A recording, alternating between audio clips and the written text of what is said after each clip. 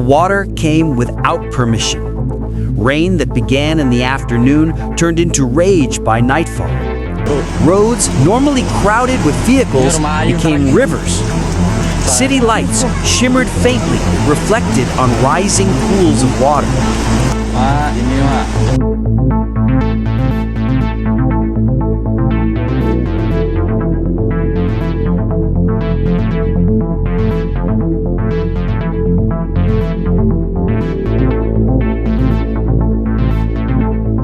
North Sumatra was drowning once again.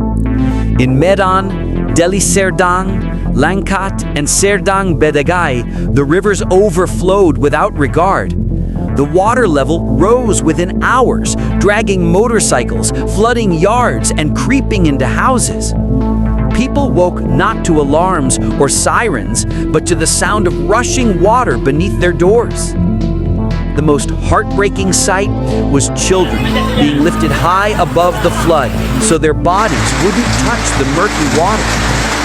The elderly were carefully carried, their steps shaking against the current strong enough to knock down anyone. Everyone tried to save whatever they could: documents, clothing, family photos, before everything was swallowed by the flood.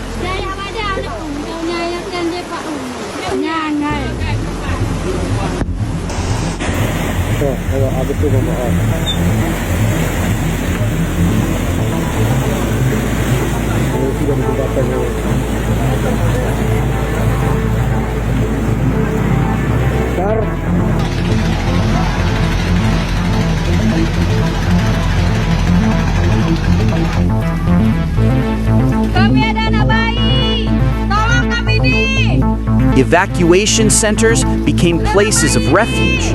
Schools, prayer halls, public buildings, anything that remained dry. Thin blankets were shared, simple meals were distributed, and stories of loss were exchanged between families. The night felt painfully long because no one knew when the water would stop rising. People blamed the rain, as if the dark clouds were the only enemy. But the cause runs deeper than the storm. Rivers that were once wide have narrowed.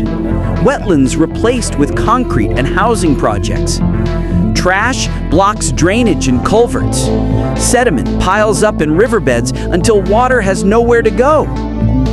This flood is not only a natural disaster, it is the reflection of human decisions. Every year, the same cycle repeats. Evacuations, the water recedes, life resumes, and then the floods return, as if we are merely waiting our turn. No long-term river rehabilitation, no serious planning of drainage systems, no continuous education to change careless habits. We let the cities age, while the rain becomes more unpredictable.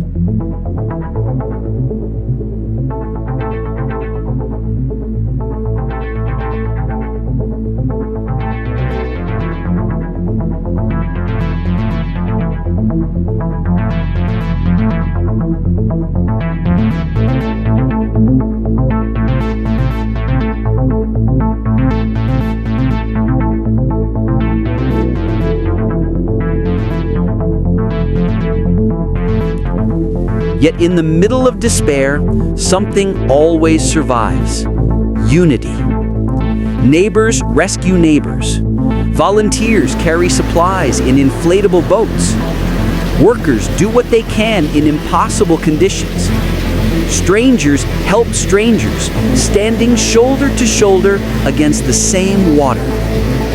The flood in North Sumatra is not just a story of water swallowing streets, but of people trying to endure, of families wiping tears in the dark, of children playing inside shelters unaware of what has been lost, and of a region still searching for a way to stand tall. The question is not when the next flood will come, but when we will stop treating it as destiny.